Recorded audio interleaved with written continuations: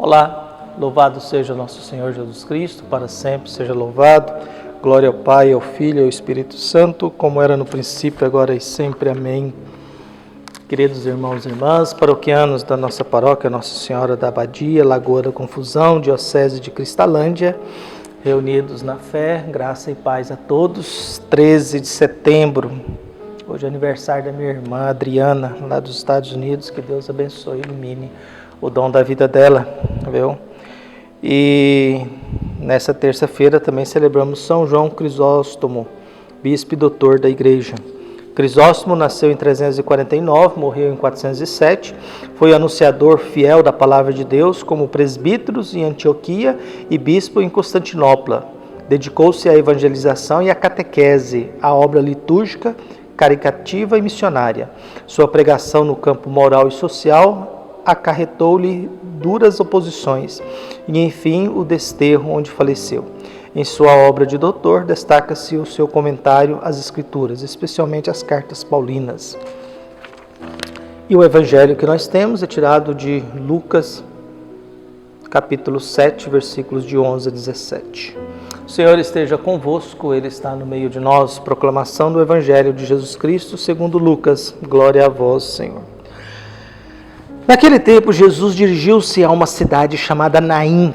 Com ele iam seus discípulos e uma grande multidão. Quando chegou à porta da cidade, eis que levaram um defunto, filho único, e sua mãe era viúva. Grande multidão da cidade a acompanhavam. Ao vê-la, o Senhor sentiu compaixão para com ela e lhe disse: não chores. Aproximou-se, tocou o caixão e os que carregavam pararam. Então Jesus disse: jovem, eu te ordeno, levanta-te. O que estava morto sentou-se e começou a falar. E Jesus o entregou à sua mãe. Todos ficaram com muito medo e glorificavam a Deus, dizendo: um grande profeta apareceu em nós e Deus veio visitar o seu povo. E a notícia do fato espalhou-se pela Judeia inteira e por toda a redondeza. Palavra da salvação. Glória a vós, Senhor. Mulher, não chores. Viu? Menino, eu te ordeno, levanta-te. Jesus está chegando numa cidade, Naim, ali seguido por uma multidão. Nós estamos na atividade missionária pastoral de Jesus, em Lucas. Temos relatos da infância, depois temos atividades pastorais, de milagres, curas, expulsa de demônios, atividades de ensinamento de Jesus. Depois Jesus toma a firme decisão de seguir para Jerusalém e ali ele é condenado e morto. E aí depois começa o princípio da ressurreição. O que nós temos no Evangelho? Numa cidade pequena, quando morria alguém, todo mundo parava para ser solidário com aquela pessoa que morreu. Jesus, ao chegar nessa cidade, ele encontra uma mãe levando o seu filho, viu, que morreu para ser enterrado. E essa mãe é viúva e o filho é único. Então o que nós temos no Evangelho de hoje? Viu? Quando chegou à porta da cidade, eis que levaram um defunto, filho único, e sua mãe era viúva. A grande multidão da cidade o acompanhavam. Viu? Ao ver uma mãe ou uma mulher que já perdeu o marido e agora perde o seu filho, significa que ela não tem mais ninguém.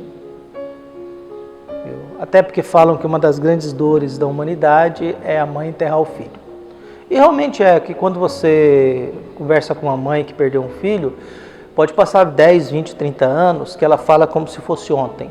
Viu? Ela guarda aquilo eternamente dentro de si.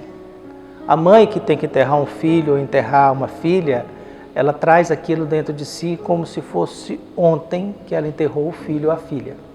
Dizem que uma das maiores dores que o ser humano sente é essa. Viu?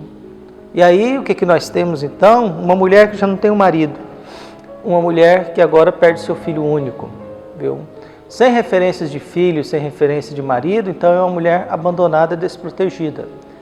Porque as viúvas que não tinham filhos, qualquer um podia tomar posse do patrimônio delas, elas não tinham direito à herança. Então também possivelmente seria uma mulher que ficaria sem nada.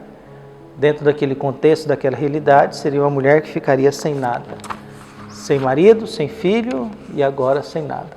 A grande multidão, porque nas cidades pequenas, quando alguém falecia, todo mundo parava o que tinha que fazer e ia acompanhar o funeral. Jesus olha para aquela mulher e, sabendo da situação, Jesus tem compaixão, viu? Porque dá para você imaginar como é que estava o estado dessa mulher, que já tinha enterrado o marido e agora enterra o filho único. Dá para lembrar, talvez, o que Maria sentiu na sexta-feira da paixão.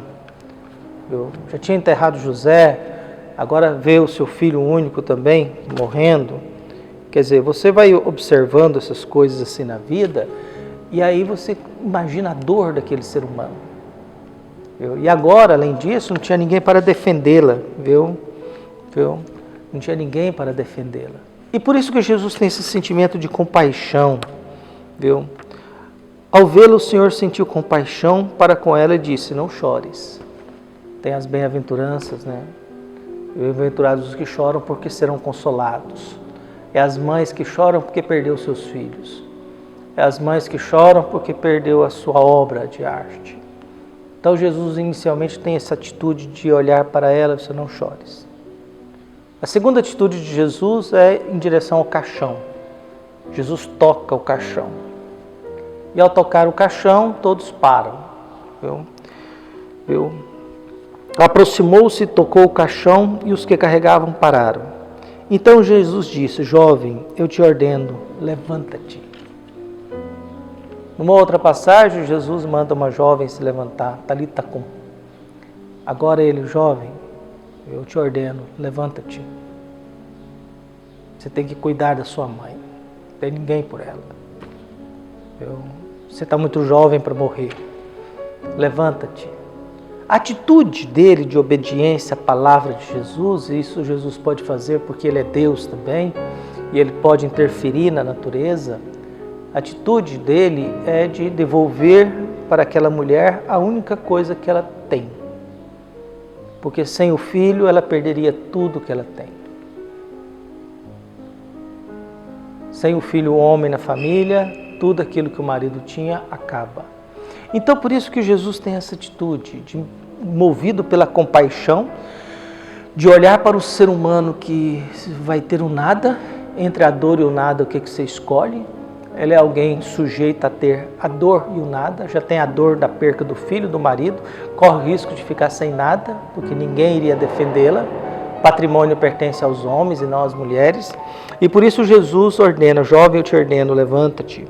O que estava morto sentou-se e começou a falar, e Jesus o entregou à sua mãe. Então,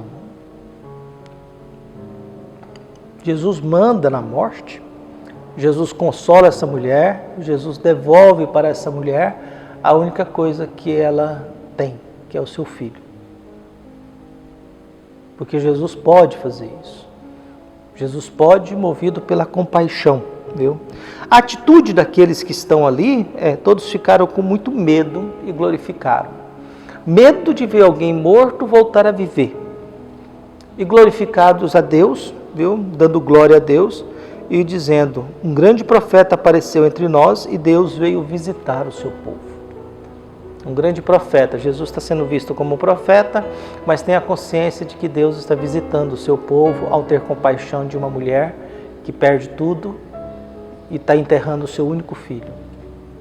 E Jesus interfere nisso.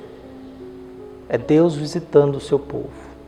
É Deus que vem visitar a gente na nossa dor, ou no nosso sofrimento máximo, ou na nossa angústia máxima, ou na nossa tristeza máxima, ou no nosso desespero máximo. E Jesus vai interferindo de modo para que a gente tenha vida e esperança, que a gente continue tocando a vida. Por isso peçamos a Deus que abençoe a todos nós e que Deus possa vir nos visitar. Que sejamos visitados por Deus nos piores momentos da nossa vida. Os piores momentos da nossa vida.